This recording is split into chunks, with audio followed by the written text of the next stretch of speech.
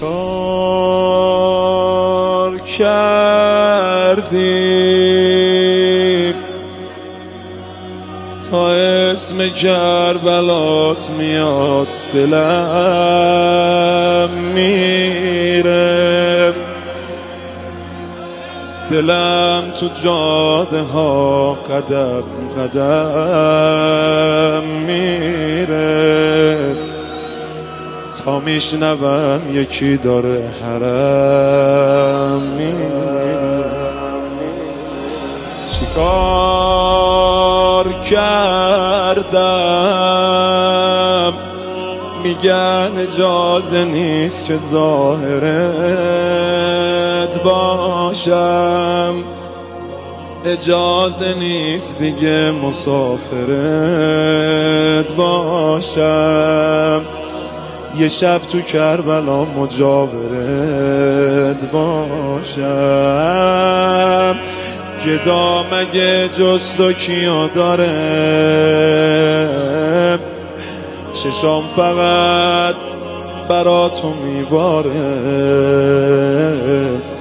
یا سار الله و ابن ساره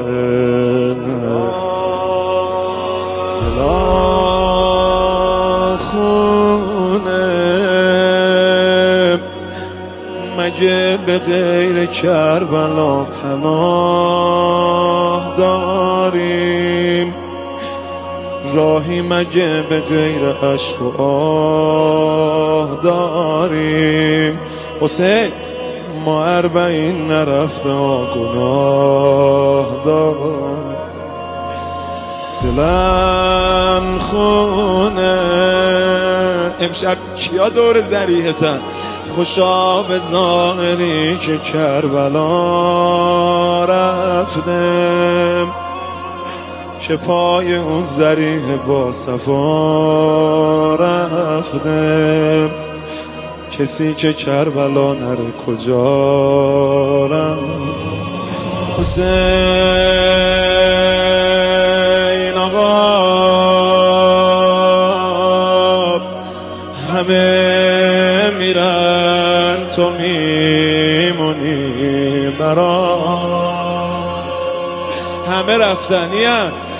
اصلا همه برن تو فقط بمونی. حسین آقا